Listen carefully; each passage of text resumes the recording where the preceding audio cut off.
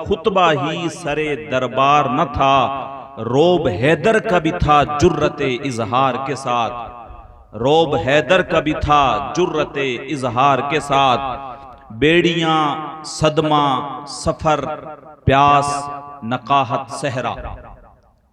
बेड़ियां सदमा सफर प्यास नकाहत सहरा। जुल्म क्या क्या ना हुए आबिदे बीमार के साथ। जुल्म क्या क्या ना हुए आबिदे बीमार के साथ। हाय किस तरह वो बाजार से गुजरे होंगे। हाय किस तरह वो बाजार से गुजरे होंगे। नाम तक जिनका न आया कभी बाजार के साथ। नाम तक जिनका न आया कभी बाजार के साथ। दे गए दर्स उम्मत को ये हुसैनी तेवर। दे गए दर्स ये उम्मत को हुसैनी तेवर। सर को कटवाओ मगर नशाए पिंदार के साथ। सर को कटवाओ मगर नशाए पिंदार के साथ। तज़किरा सुनिए अब उनका दिले बेदार के साथ। जिक्र जिनका आता है अक्सर शहे अबरार के साथ। हजरात मोहतरम, मैं और आप एक इसाले सवाब की मजलिस में जमा हो रहे हैं। कुछ देर से आप हजरात तशरीफ फरमा हैं, आपने नातें मनकबतें सुनी, प्रोग्राम की आखिरी कड़ी है। कुछ देर के लिए मैं भी आप हजरात की खिदमत में हाजिर आया हूं। अभी जो महीना चल रहा है इस्लामिक कैलेंडर के एतबार से इस्लाम का पहला महीना है मुहर्रमुल हराम, और आज उसकी 2 तारीख हो चुकी है। इस महीने के अंदर इस्लाम की तारीख में जो जो अहम वाकयात पेश आए,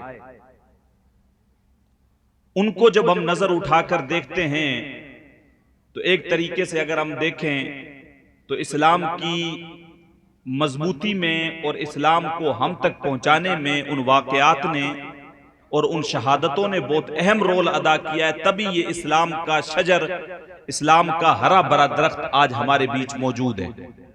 अगर उन्होंने वो कुर्बानियां और वो शहादतें नहीं दी होती तो जालिमों ने और इस्लाम दुश्मनों ने कभी इस इस्लाम के शजर को जो है वो मुरझा देना था। लेकिन उन्होंने अपने खून के एक एक कतरे से उस दरख्त को सींचा और वो हरा भरा इस्लाम का दरख्त आज भी हमारे दरमियान हरा भरा उसी तरीके से लहरा रहा है। एक मुहर्रमुल हराम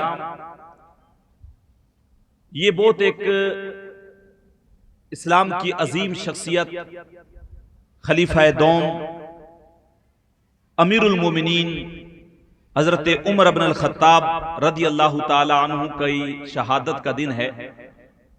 और ये पूरा महीना फिर आप देखेंगे तो शहादतों से भरा हुआ महीना है। फिर इसमें करबला के जो जानिसार हैं और हुजूर अलैहिस्सलातु वस्सलाम के नवासे, उनकी फिर शहादतों का 10 मुहर्रमुल हराम को जो है वो दिन आता है। लेकिन उस तरफ आने से पहले मैं कोई हजरत उमर इब्न खत्ताब रदी अल्लाह ताला अन्हु के ताल्लुक से कुछ बातें आप हजरात की खिदमत में रखना चाहता हूं। मजलिस चैलुम की है और हम लोग उमूमन चैलुम की फातिहा पे मौत और आखिरत के ताल्लुक से चीजें जो है वो हम लोग सुनते हैं। आज टॉपिक मेरा वो नहीं है, इसलिए कि हम लोगों ने इतने ज्यादा बयानात उस पे सुन लिए हैं कि अगर एक आधा में हम लोग उस पे बयान नहीं सुनेंगे तो हमारे लिए कोई फर्क पड़ने वाला नहीं है। हम लोगों को अपने जो हीरोज हैं, जो अपने असलाफ हैं और जो हमारे सही मानों में हमारे जो लीडर हैं, उनकी जिंदगी हमें पता होनी चाहिए। और हजरत उमर इब्न अल खत्ताब कोई आम शख्सियत नहीं है। उनके ताल्लुक से अपने देश के अजीम लीडर महात्मा गांधी ने एक दौर में कहा था कि अगर 10 साल हजरत उमर की हुकूमत और रहती तो पूरी दुनिया पर इस्लाम का झंडा लहरा रहा होता। कोई नॉर्मल शख्सियत नहीं थी, पहले ईमान लेके नहीं आए थे। हुजूर अलैहिस्सलातु वस्सलाम ने दुआ की एक अबू जहल के ताल्लुक से और एक हजरत उमर के ताल्लुक से। अल्लाह तबारक व तआला की बारगाह में दुआ की कि मालिक इनमें से जो तुझे महबूब हो, तू जिसको चाहे हिदायत दे दे और इस्लाम की दौलत से नवाज दे। हजरत उमर बिन खत्ताब रज़ी अल्लाह ताला अन्हु के इस्लाम लाने का मशहूर वाक़या है। दो तरीके के वाक़यात हमें मिलते हैं। एक तो ये मिलता है कि आपकी बहन जो है वो घर के अंदर बैठ के और साथ में उनका शौहर है, दोनों कुरान की तिलावत कर रहे हैं और हजरत उमर जो है वो तलवार लेके हाथ में निकले हुए हैं, लोगों को जो है वो इस्लाम से रोक रहे हैं। किसी ने कहा उमर लोगों को तो बाद में रोकना, पहले अपने घर की तो खबर लो, तुम्हारी बहन और बहनोई दोनों ईमान ला चुके हैं।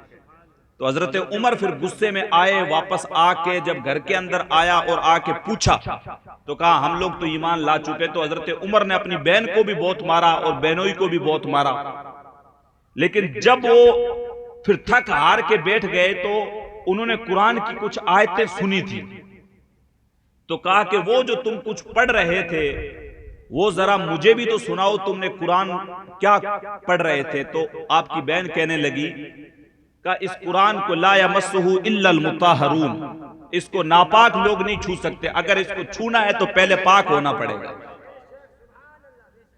तो गुस्ल करवाया गया और फिर उसके बाद जो है हजरत उमर के सामने कुरान की कुछ आयतें पढ़ी गई और कुरान के अंदर है ही इतना मिठास और उसमें इतनी लज्जत है कि अगर बंदा उसमें गौर फिक्र करे तो उसमें डूबता चला जाता। अबू जहल अपने मानने वालों से यही कहता था कि जब हुजूर कुरान पढ़े तो अपने कानों में उंगलियां डाल लिया करो ताकि तुम उनकी आवाज नहीं सुन सको। उनका भी ईमान था कि अगर कुरान की आयत किसी ने सुन ली तो कुरान का असर इतना ज्यादा है कि वो उसके दिल में असर करता जाएगा और वो बंदा इस्लाम कबूल करने पे मजबूर हो जाएगा।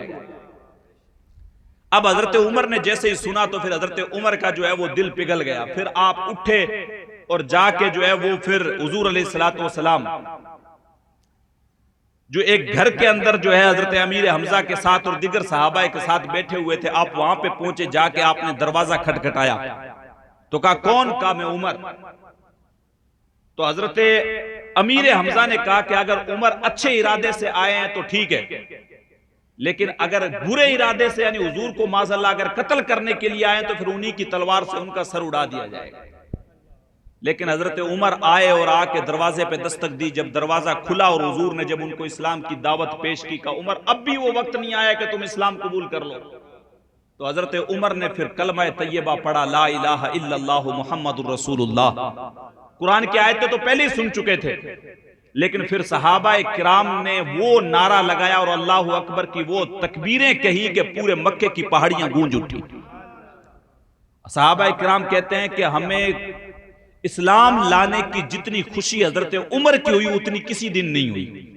और फिर उनके इस्लाम लाने की वजह से इस्लाम को वो ताकत और वो इज्जत और वो अजमत मिली कि पहले जो लोग इस्लाम को छुप छुप के अपना रहे थे अब खुले में हजरत उमर बाहर निकल रहे हैं। आज तक जो ऐलान कर रहे थे तलवार लेके के इस्लाम कोई कबूल नहीं करेगा, अब जब खुद इस्लाम ले आए तो लोगों का दरवाजा पीट पीट के लोगों को खुद बता रहे हैं, लोगों को खुद बता रहे हैं कि उमर ने इस्लाम कबूल कर लिया। अगर किसी ने अपनी बीवी को बेवा करना हो तो वो उमर के पीछे आ जाए, अगर किसी ने अपने बच्चों को यतीम करना हो तो वो उमर का सामना करे। उमर से मुकाबला कौन कर सकता है?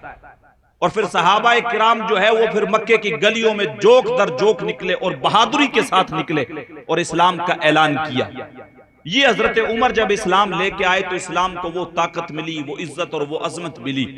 अब जब उधर थे कुफर में तब भी उतने कट्टर थे, लेकिन जब इस्लाम लेके आए तो फिर उसके बाद जो इस्लाम के लिए उनकी बहादुरी और जो शुजाअत थी, फिर आप जब हुजूर अलैहिस्सलातु वस्सलाम दुनिया से विसाल फरमा जाते हैं, फिर हजरत अबू बकर खलीफा बनते हैं। अच्छा एक बात और, इसके रसूल देखें आप, अब हुजूर अलैहिस्सलातु वस्सलाम का जब विसाल हो गया तो हजरत उमर तलवार हाथ में लेके खड़े हैं और लोगों से कह रहे हैं कि अगर किसी ने कहा हुजूर इस दुनिया से रुखसत हो गए तो मैंने उसका गला काट देना है। अब सारे लोगों में उमर का खौफ। उमर कोई नॉर्मल शख्सियत नहीं है जिनके ताल्लुक से हुजूर ने इरशाद फरमाया उमर जिस रास्ते से आता है शैतान अपना रास्ता बदल लेता है। उमर जिस रास्ते से आ जाए शैतान अपना रास्ता तब्दील कर लेता है। मैं आपको हजरत उमर की स्टोरी इसलिए बता रहा हूं कि हम लोग अपने बच्चों को कई पूर्व प्रधानमंत्रियों की स्टोरियां बताते हैं, कई मौजूदा की बताते हैं, कई जो है वो पहलवान गुजरे उनकी बताते हैं, कभी किन्हीं की बताते हैं। हमें असल पता तो होना चाहिए कि हुजूर के खलीफा दौम और हुजूर अलैहिस्सलातु वस्सलाम के जानिसार और जिन्होंने जो है वो 10 साल जब खिलाफत की तो इस्लाम को वो तकवीयत और इस्लाम को वो ताकत दी कि 23 लाख मरब्बा मील तक इस्लाम की हुकूमत पहुंच गई। आधी दुनिया पर इस्लाम की हुकूमत आ गई हजरत उमर के दौर में। और वो मस्जिद नबवी के मिंबर पे खड़े होके एक जुब्बा पहना होता था जिसमें भी कई पेवंद लगे हुए होते थे। बड़े बड़े रोम, स्पेन, बड़ी बड़ी जो सल्तनतें, आज जिस तरीके से यूएस अमेरिका अपने आप को सुपर पावर कहता है, हालांकि ईरान ने जो है लोहे के चने चबाने पे मजबूर कर दिया उसको, लेकिन उस दौर में भी फारस और रोम और ईरान और ये बड़े बड़ी जो सल्तनतें थी जो अपने आप को सुपर पावर कहती थी, हजरत उमर के खौफ से थर थर कांपा करती थी। अब लोग जो है वो पूछने के लिए आते थे का जो है वो हजरत उमर कौन है, और हजरत उमर नॉर्मल शख्सियत आप देखें तो हजरत उमर का मामला ये है कि किसी भी दरख्त के जो है वो नीचे ईंट का तकिया लगा के दोपहर में सो रहे। किसी ने आके पूछा मुसलमानों के अमीरुल मोमिनीन से मिलना है।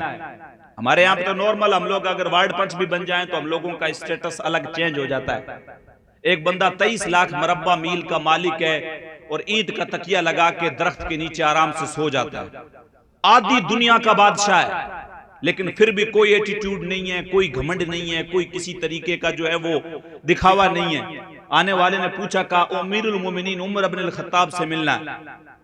और कल ही में कोई एक रिवायत जो है वो सुन रहा था, हजरत उमर इब्न अल खत्ताब रज़ी अल्लाह ताला, इंसाफ का वो मामला। एक दिन हजरत उस्मान कहते हैं जैसे अभी यहाँ पे हमारे यहाँ पे 1-2 दिन पहले बारिश हो गई है तो मौसम थोड़ा ठीक हो गया, फिर भी थोड़ी उमस वगैरह हो रही है, गर्मी हो रही है। अभी 5-10 दिन पहले आप चले जाएं जिस तरीके से लू चल रही थी, और रात में 9-9, 10-10 बजे तक गर्म लू चल रही है, हवा हमारा रेतीला इलाका है इस वजह से। तो हजरत उमर कहते हैं गर्मियों का फुल दौर, एक कमरे के अंदर मैं बैठा हुआ हूं और उसकी कुछ खिड़कियां, लू इतनी तेज आ रही है कि मैंने वो खिड़कियां बंद कर ली, दरवाजा भी बंद कर लिया। मैंने कहा लू बहुत ज्यादा है तो इसलिए दरवाजा बंद कर लेते हैं। लेकिन जैसे मैंने थोड़ा सा जो है वो दरवाजा खोल के देखा तो मुझे कोई एक चेहरा नजर आया। मैंने सोचा इतनी धूप में जब बंदों के चेहरे जल रहे हैं, इतनी धूप में कौन होगा, मैंने वापस दरवाजा बंद कर लिया। लेकिन फिर कुछ देर के बाद मुझसे रहा नहीं गया, यार कोई ना कोई तो बंदा होगा। मैंने फिर दरवाजा जब खोला तो एक बंदा दूर से आता हुआ नजर आया, और जब मेरे करीब आ गया तो अपने हाथ में एक रुमाल था जिससे अपना पसीना पोंछ रहा था। वो कोई और नहीं था, वो वक्त के खलीफा अमीरुल मोमिनीन हजरत उमर इब्न अल खत्ताब थे। मैंने कहा अमीरुल मोमिनीन, आप दोपहर की इस तपती हुई गर्मी के अंदर इतने दोपहर में यहाँ पे क्या कर रहे हैं? हम लोग तो घर के अंदर बैठ के भी दरवाजे और जो है वो खिड़कियां बंद करके बैठे। तो हजरत उमर कहते हैं कि सदके के कुछ ऊंट थे, 15 ऊंट थे गालिबन, वो खुल गए थे, वो भाग गए थे कहीं जंगल में। मैंने सोचा किसी खादिम को क्या उठाऊं और किसी खादिम को लेके क्या जाऊं, उसके पीछे क्या लगाऊं। मैं खुद ही उनको पकड़ने चला गया था। सदके के ऊंट आए हुए थे बैतुल माल के अंदर, मैं उनको लेके आया, वापस ला के मैंने उनको बांध दिए कि वो सदके का ऊंट जो है वो नुकसान नहीं हो जाए। वक्त का अमीरुल मोमिनीन है और सदके के ऊंटों के पीछे दोपहर की तपती हुई गर्मी के अंदर दौड़ रहा है और उनको बांध के वापस लेके आ रहा है। और जब बैतुल मक़दिस भी फतह हुआ और जब हजरत अबू उबैदा इब्न जरा ने आपको खत लिखा कि आप आए, और आके ये लोग ये कह रहे हैं कि अभी जो फलस्तीन के अंदर बैतुल मक़दिस की जो लड़ाई चल रही है, हजरत उमर के दौर में हजरत अबू उबैदा जो है वो सिपा सालार थे, और जब वो बैतुल मक़दिस फतेह हुआ तो दुश्मनों ने ये शर्त रखी कि चाबियां हजरत उमर के हाथ में देंगे, चाबियां हजरत उमर के हाथ में देंगे। आपको बुलाया गया, आपने खादिम को साथ में लिया, एक ऊंट लिया। अब खादिम के साथ चलने से पहले आपने ये शर्त रखी का 1 मील तक मैं ऊपर बैठूंगा, तुम उसकी मोरी पकड़ के चलोगे, और 1 मील तक फिर तुम ऊपर बैठोगे, मैं मोरी पकड़ के चलूंगा, ताकि दोनों का मामला बराबर रहे और जो है वो एक बंदा थके नहीं। तो खादिम था का हुजूर मैं आपके साथ ऊपर कैसे बैठ सकता हूं, आप पैदल चलें, ये तो मुनासिब नहीं है। का फिर मैं अकेला ही जाऊंगा, फिर तुम रहने दो, अगर ये शर्त तुम्हें मंजूर है तब तुम मेरे साथ आ सकते हो, वरना नहीं। खादिम मजबूर था, क्या करे, माने नहीं तो क्या करे। आखिरकार मजबूरी में उसने मानी। तो अब 1 मील तक हजरत उमर बैठते ऊंट पे और वो उसकी मुहार पकड़ के चलता, और 1 मील पे वो बैठते, हजरत उमर मुहार लेके चलते। अब जब बैतुल मक़दिस के करीब पहुंचे तो हजरत उमर की बारी आ गई ऊंट की मुहार पकड़ के चलने की और उसके ऊपर बैठने की आ गई। वो हबशी गुलाम काला कलोटा, अब वो बेचारा क्या करे। वो कहने लगा हजरत अब तो हम लोग दुश्मनों के इलाके में आ गए, बैतुल मक़दिस सामने, मैं अपनी बारी आपको देता हूं, आप बैठ जाएं, मेरे को नहीं बिठाएं।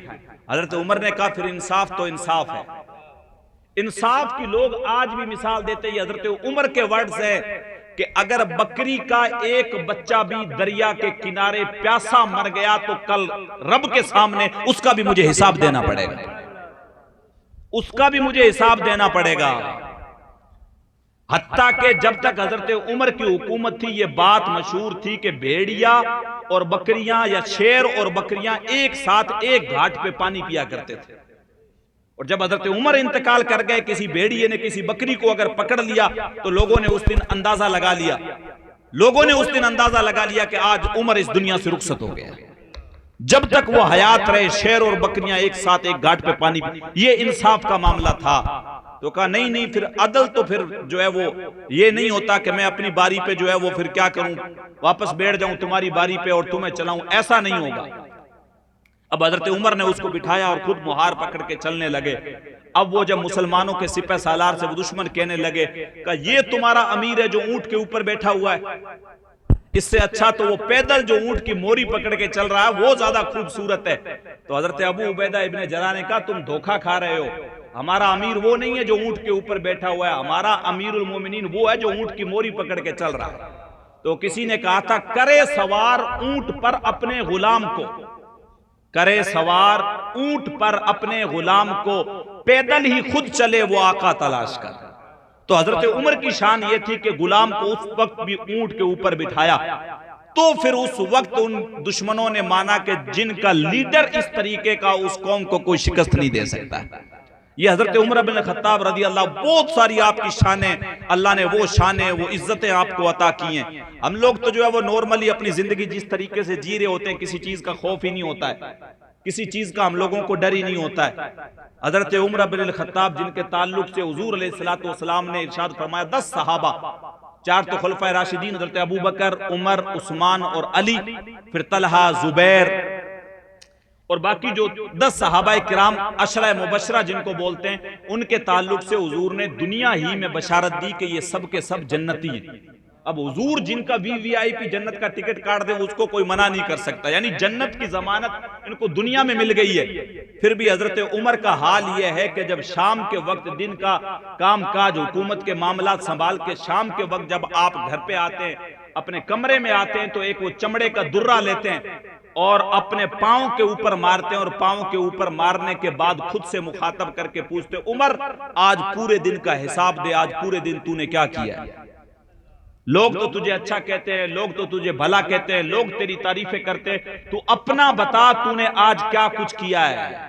वो कई बार पहले भी मैं बता चुका हूं, हजरत उमर का दरबार लगा हुआ था, एक शख्स आया और हजरत उमर को आके कहने लगा या उमर ला तंसा मौतक, उमर अपनी मौत को मत भूल। हजरत उमर जो है वो कांप गए, उसको बुलाया, कहा तू रोजाना आया कर, मुझे मौत याद दिलाया कर, महीने वाले दिन तेरी तनख्वाह भी फिक्स कर दी जाएगी। वो आता हजरत उमर को दरबार में आके मौत याद दिलाता, उमर अपनी मौत को मत भूल। महीने वाले दिन हजरत उमर उसको जो है वो जाके तनख्वाह भी देते और फिर जो है वो उसको शाबाशी भी देते। एक दिन जब वो आया तनख्वाह देने के बाद उसको फारिग कर दिया, कहा कल से मत आना। कहा हजरत क्या बात हुई, कोई गुस्ताखी, कोई गलती हो गई मुझसे? कहा ऐसी कोई बात नहीं। तो फिर क्या बात हुई, आप मुझे नौकरी से निकाल रहे हैं, वजह तो बताएं।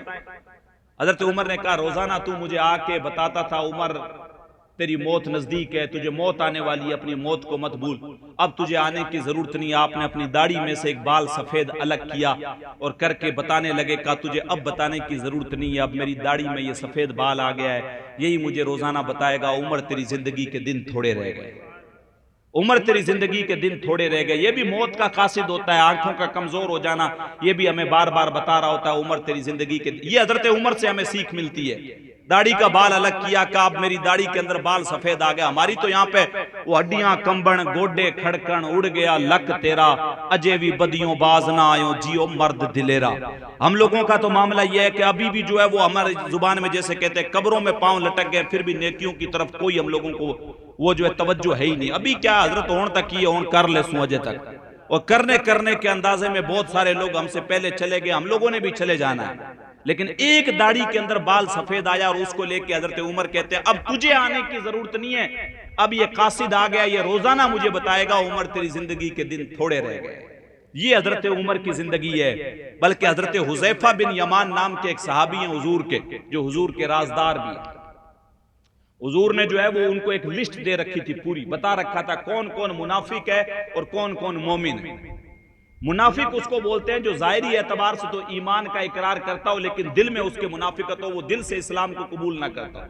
हुजूर के दौर में भी कुछ ऐसे लोग थे, हुजूर ने हजरत हुज़ैफा बिन यमान को बता रखा था ये मुनाफिक है, बता रखा था। अब क्या होता, सहाबा किराम का कोई भी मशकूक बंदा जिसके अंदर शक होता, उसका इंतकाल होता तो सबसे पहले हजरत हुज़ैफा बिन यमान को देखते कि हुजूर ने मुनाफिकों के नाम उनको बता रखे, अगर वो जनाजे में शरीक होते तो सब लोग जनाजा पढ़ते, और किसी के जनाजे में अगर हजरत हुज़ैफा बिन यमान नहीं रहते तो सहाबा किराम उसका जनाजा नहीं पढ़ते थे, कहते थे ये मुनाफिक है, हजरत हुज़ैफा इसके जनाजे में नहीं आए इसका मतलब ये मुनाफिक है।